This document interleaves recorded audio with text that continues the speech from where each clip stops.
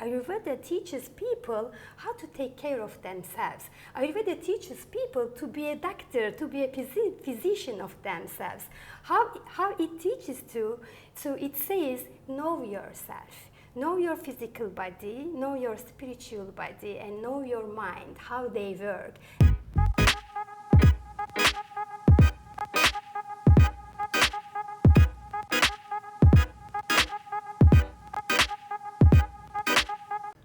Welcome to this new episode, and today I am here with Sema. How are you, Sema? Thank you so much, I'm very well. Very nice. Yeah. Sema is a medical doctor as well as an Ayurvedic specialist. Sema, what is your background in life? So my main background is as a medical doctor, and I'm specialized in pediatrics. So I love working with children, and I believe that if we are good at with them, we are gonna good with many things. And then after, my second specialization is about gastroenterology, liver and nutrition. And now we know that how gastroenterology, digestive system, is the base of everything actually. What we eat determines our life quality and happiness and health in the same time. So my base background is gastroenterology, liver and nutrition. That's lovely. Yeah. And so you studied in Turkey and you practice as a doctor in Turkey. Yeah. And can you tell us a little bit more about your journey in life? Yeah. So I studied in Turkey, and I did all my both two trainings in Turkey too. But then after, to know more and to feel more satisfied, actually I work in Oxford University again, in the hospital of the Oxford University, in the Department of Gastroenterology, Liver and Nutrition. So it was an amazing journey for me, because it is one of the top hospitals and the university in the world, you know that. Sure. I was so satisfied to work there for sure. However, there was still something missing in my practice, in my life. First of all, in my life. So I found myself, I'm not 100% satisfied or content with myself and with my practice in the same time. I didn't know the reason, what was the point it is missing, but there was something, and I'm quite brave and I'm very happy with this feature of mine actually, and I decided to resign. I decided to resign and take a long journey, travel around the world, and to understand what is missing in me and in my practice. So I come across with the Eastern philosophy. I started traveling. This was almost 10 years ago. And then I met with yoga, Ayurveda, meditations, and pranayama. So I met the wisdom of East actually. So I realized that when I started learning and practicing all this wisdom into my life, I saw the changes in my happiness, in my health, in my energy, in my peace. Actually, this was an amazing change, like a sharp turning point. And one night, actually, one evening during sunset, I was here again in Kopangan many years ago. I was watching the sunset and meditating, and then suddenly I realized that, oh my God, this is the point. It is missing in my practice in the same time. I'm in love with science, I'm in love with modern medicine, and I truly believe in them. However, unfortunately, in modern medicine, we are mostly focused on the physical body. Like we are considering human beings just like a machine, like a physical body. And we do very good things there, but this is the missing point there. We are not just physical body.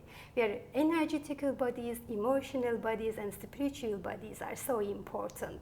So if we support these parts, if we nourish these other bodies also, so we can reach the true ourselves, and holistic healing means this. Let's have a look at what's going on in my emotions, what's going on my spiritual level, what's going on my mental level, and then take care of our physical body, of course. So we have to combine all those things. And since then, when I realized this the first time in my life, I said, oh my God, I studied all those things to combine them. To feel content with myself and to feel content with my patients, to feel that I'm helping them, yes. This is the way to approach holistic way and to really be able to help people actually.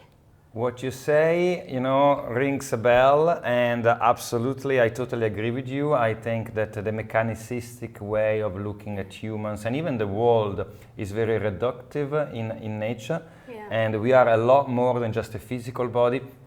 Ailments also have a psychological, emotional, energetic, and spiritual component very often, yes. And this mind-body-spirit connection is very much, in my opinion, what we stand for in Kopangan, right? And it's a beautiful, a journey that you had in life indeed, coming from such a high status and conventional sort of background, which is the medical doctor background, and also achieving, so much in terms of being able to work in Oxford University, etc. And then deciding that was not enough for you because the journey was just beginning there. You needed to find the philosophy and the spirituality. That's wonderful, isn't it? It is wonderful. It is wonderful. So you said you traveled for 10 years, is that right? So where did you travel? So I first started with the Western countries, actually, so England, United States, Mexico, and European countries. And then after I came to East and Southeast countries, so India, I spent a lot of time in India, Thailand, Indonesia, and Malaysia. So wherever I go, I was getting some trainings, of course, and I was meeting many people who are totally in different directions, but we all are looking to the same things, actually. So it brought me a lot of things to understand about myself and how much I am connected with myself. I see that I am connected with the others, with my patients, with all people I am helping to coach to find their direction in life, actually. So combination, traveling is one of the best education. This is for sure, actually. It comes with lots of experience, but when you travel, if you are fall in love with learning, so you learn a lot in the same time. So I combine two trainings and traveling together, and so it brought me here. Amazing. And you said that the Eastern philosophies and the Eastern practices are the ones that are closer to your heart now. And of course, you learned Ayurveda, and now I think Ayurvedic medicine is a big component of your practice, is that right? So can you tell us a little bit more about Ayurveda? Of course, it's a very well-known ancient medical system from India, but what is your interpretation of Ayurveda? How did you learn it? What can you tell us about Ayurveda? So why Ayurveda is the main practice of my whole practice? I can abstract it very well, actually, because Ayurveda combines everything together. So what I mean, so first of all, Ayurveda is preventive. This is so important. And Ayurveda teaches people how to take care of themselves. Ayurveda teaches people to be a doctor, to be a physician of themselves. How it teaches to, so it says, know yourself. Know your physical body, know your spiritual body, and know your mind, how they work. And then after, you are going to see that the incredible balance, you are created with this balance. But this is life. When we get old, when the season change, when the temperature changes, when your relationship change, so of course this balance tends to get unbalanced. But there is ways to protect it, to prevent this. So Ayurveda teaches that, be careful, this is your balance, see how it is beautiful, how it is amazing, see how you are created in a perfect way, almost. Be careful about that, and there are ways to keep this balance with you always when all those things happening in your life, emotional, stress, in a professional level, or when you travel, when you get sick, when you get old, everything changes, and instead of going unbalanced, unbalance means disease, to get sick in the same time. Instead of going there, be careful. You are about to get this unbalance. So before you get sick, Ayurveda says, if you keep observing yourself always as a holistic way, so you are going to be aware of that, oh my God, there is something coming in the way. Instead of finding the disease at the last stage, so we found it at the first 1 or 2 stages, and then after, if we just adapt our lives with small changes, if we just change what we eat, which spices we use, what time we go to sleep, for example, so it just stops to get a real disease. So this preventive part is the most important part for me in Ayurveda actually. But apart from this, it is so practical. Whatever they say is so practical. And the third part is, we call this 3 P's of Ayurveda actually: preventive, personal, and practical. It is so personal because when I look at you, I see your prakriti, your body and mind, and then after I get some idea. So you tend to have these diseases, for example. You tend to have these emotions. You tend to get angry, for example. And to see that, okay, well, if you are aware of your tendencies, it is easy to manage them in the same time. I didn't say control, to manage them in the same time, to be aware, accept, and how to transform them comes with Ayurveda actually. And one more thing, this is so important. When I say that Ayurveda is so important because of these 3 P's qualities, however, apart from this, there are 6 pillars of well-being according to Ayurveda and according to Chopra also. By the way, I studied Ayurveda in India for a very long time. However, then after I wanted to study with Deepak Chopra also, and I studied with him too, because he's a medical doctor too, and to look from the modern medicine and Ayurveda. So I was thinking that it's going to be really on top of my education and experience, and I was right. I'm so happy with this decision.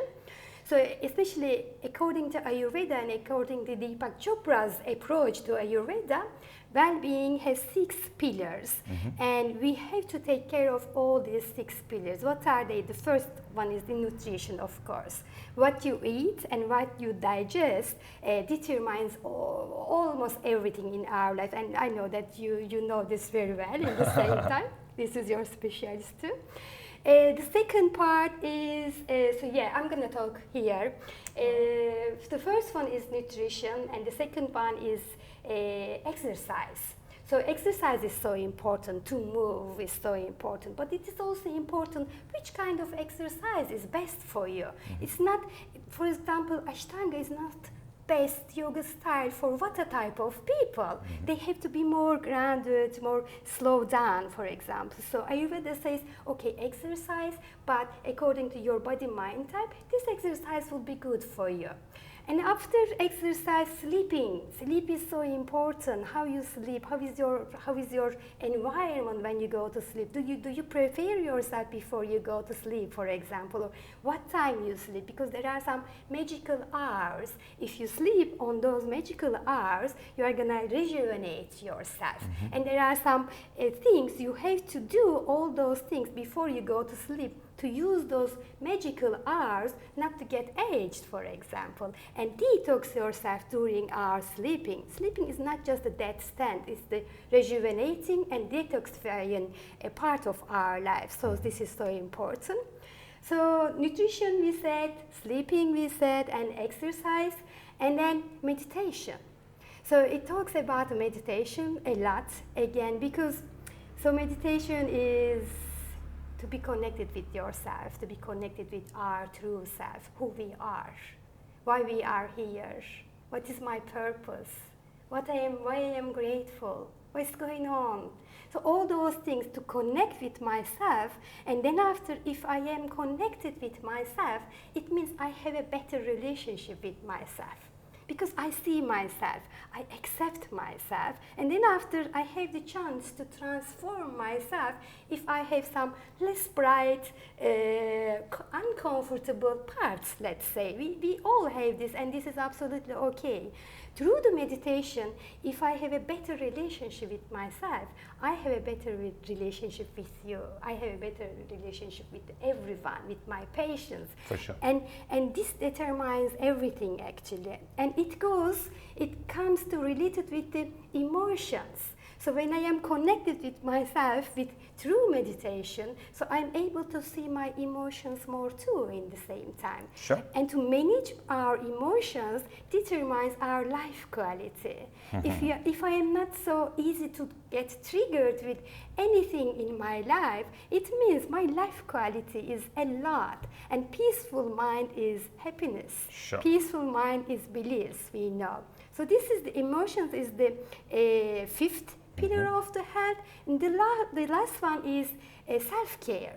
When Ayurveda says self-care, it means to align ourselves with our biological rhythm and the natural rhythm in the same time. So to be aware of that, what time you wake up. Do you follow the natures? Do you wake up with the sun? Or when it is full moon, what is going on in your body system? So when the seasonal changes come, are you aware of that? For example, for Kapha people, just before the winter season, they tend to get so much sick, like coughing and producing some mucus. If you are aware of that, so you can protect yourself from getting pneumonia or any kind of common cold, flu, these kind of things, if you know all those things. So when it says Ayurveda, so get aligned with your biological rhythm and align yourself with the nature. So we are so separated with the nature, but Ayurveda especially says align yourself with the nature, align yourself with the nature. And the last part of self-care is ground yourself. So to be in touch with the nature again, with the earth and the different kind of practice. So align yourself with your biological rhythm, align yourself with nature and ground yourself. So when you combine these different 6 pillars, we don't miss out anything. We don't miss out anything. It's amazing, isn't it? Yeah, it is actually. How would you inspire someone that unfortunately has an unbalanced lifestyle because they work 10 hours a day in an office, in a career? Maybe they've been working so hard on this career for like 20 years. They're quite senior, but they still don't feel completely fulfilled. Or maybe they're just overstretching themselves on a regular basis because they have the career, then they have the children when they come home, then they have other demands, other chores. So they have this Western style lifestyle that is in a way very much opposite of what Ayurveda suggests people to do. How can you work with people that are in this kind of lifestyle? Yeah, this is very important, Luca, actually, what you say, because I get these questions from my clients and followers a lot. And they are all busy and very successful people. They are at the top of their career. But what is their main question is, something is missing. I don't know. What is missing? I have everything. I have all these house, cars, or career, or I'm married, I have children, but I lost my zest of life. And time. And there is missing. They got no time. Unfortunately. But they are so much focused on the outside. So this is so important. What you are looking for is not outside. What you are looking for is inside. Whatever you look for, it's just inside. You need to have a look at inside, and this is the way to cut yourself from some distractions and then to get focused on yourself. So meditation is the best practice here, actually. Spend some time in nature by yourself and without doing anything, without trying to think anything, just be in the nature, just be in contact in the nature and start meditation. And through meditation, you are going to start asking the right questions and you are going to start seeing, feeling or hearing the right answers, actually. This is very important, I think. Because that's also a problem that we have when people come to Koh Phangan on a wellness holiday, if you want. Maybe they have a couple of weeks off, they come. And very often working with them, you understand that there is a major problem in their life. It could be like a relationship that they invested in for so long and the relationship is not really working. Maybe some of them are beyond repair in a way. Some maybe can be managed a little bit better. And then the career question is always there. You know, many people work in jobs 10, 12 hours a day, high profile jobs. Or even sometimes just common jobs as well. You know, the chores and the demands put on people are really unbelievable. So what I feel sometimes to tell them is that, maybe you should, take a look at this relationship from a higher perspective. Yeah. Or you could take a look at your career and see if there's anything else that you could do in life. But it's very hard to have these conversations with them because, of course, they don't want to hear it, right? Yeah. They just want the 2 weeks relaxation, a little bit of weight loss, a little bit of a glow on their face. Yeah. But then the real challenge for most people is to go back home and implement serious change. And I think that the society is here to reward people that do what society wants them to do, which is work hard, spend, and stay on the treadmill all the time, right? Yeah. So ideally, in a future version of society, maybe people will work less, have more time for grounding practices, for time in nature, time for themselves, right? Yeah. Actually, what you say is so important, but this shouldn't be in future. We are already there. I don't believe that. What we have is just now. So we can start now. So everyone has 20 minutes, 30 minutes for themselves, or everyone has at least 1 hour for themselves. So I'm not working in those hospitals anymore. However, when I was working there, I was waking up a little bit earlier than now. Now I'm waking up around between 6 to 7, but I was waking up at 5 when I work, for example, and I was doing my exercise, my meditation practice, and I was going to my hospital, for example, because otherwise I felt like as if I'm here just to work. There's no life for me. That's the thing. Yeah. When I wake up and if I go to the work directly, okay, my life is to work, but this is not the way. My life is to myself, actually. So when I was waking up earlier and do all those practice to be connected with myself and to be content with myself, this is the most important thing. So I believe that everyone has this, but unfortunately not many of people aware of how it is important. So it is really the society, the capitalism, everything directs us to look for happiness outside. If you have this, if you get this, if you reach here, you are going to be happy, you are going to be healthy. But no, it is just here actually, and spending time with yourself. I lived in a monastery last winter for 3 months. Oh, wow. Yeah, it was such a deep journey actually. It is the biggest mirror in my life. I'm so grateful for it now. But it was so tough, I have to accept this.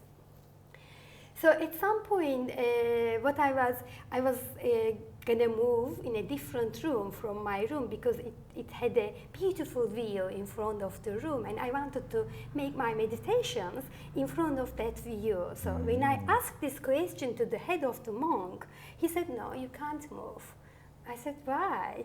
And then he looked at me and he said, "The best view is inside of you, Sema. Look at there. Look at there." And then at that moment, I didn't understand so much, but I said, "Okay, this sounds good. Let's try." And then with my meditation practice, now when I close my eyes, I don't want to open it again for a very long time. Yeah, I sympathize with that. I have similar feelings. What are your current and future projects here?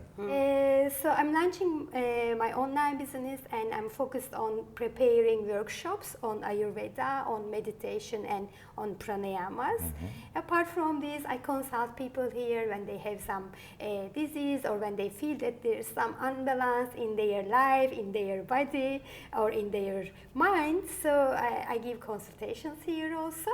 And through the online business, so I give one-on-one consultations to see if they have a disease, to have a look at from the modern medicine approach and combine this with Ayurveda in the same time, to be sure that we don't exclude anything. This is very important for me actually, because when I work in the Western countries, so people tend to blame the holistic healing more. Like they are biased. Not all of them. It's getting better every day, but it is still. I had to convince them this energetical healing, body, mind, spirit, holistic healing works too. But here is a little bit vice versa, opposite actually. So here people tend to think that modern medicine doesn't know anything, doesn't do anything. No, this is not right. Yeah. I worked as a medical doctor for more than 15 years, and I know it works. It's amazing. So we are here not to blame others, not to say that, oh, this doesn't work, this doesn't work. If you know really both of them, they just complement each other. This is amazing. So we are here to do this. So we are not living in 5,000 years ago. We are here, and we are here to combine this wisdom of the experience for 5,000 years, but the power of science, power of modern medicine. So here, I think this is one of my mission to tell people in the same time. So let's combine all those things, and we can change the world like this. In one word, integrative medicine, right? Very, very nice indeed, indeed. Yes, I think medical science is very good, particularly for acute disease. You know, if you're really sick, then the doctor can save your life. Yeah. But as you said, like preventative medicine and just, you know, looking at the body holistically and looking at imbalances rather than treating one ailment, one symptom. Yeah. That's the wisdom of Ayurveda potentially. Yeah. Well, Sema, very nice chatting to you today. You know, I think there's lots going on with you, and I'm very pleased. So thank you very much, okay? And good luck with everything. Oh, thank you so much. Thank you. I'm so happy you invite me here. It's a very nice chat. Sure. Thank you so much. Thank you.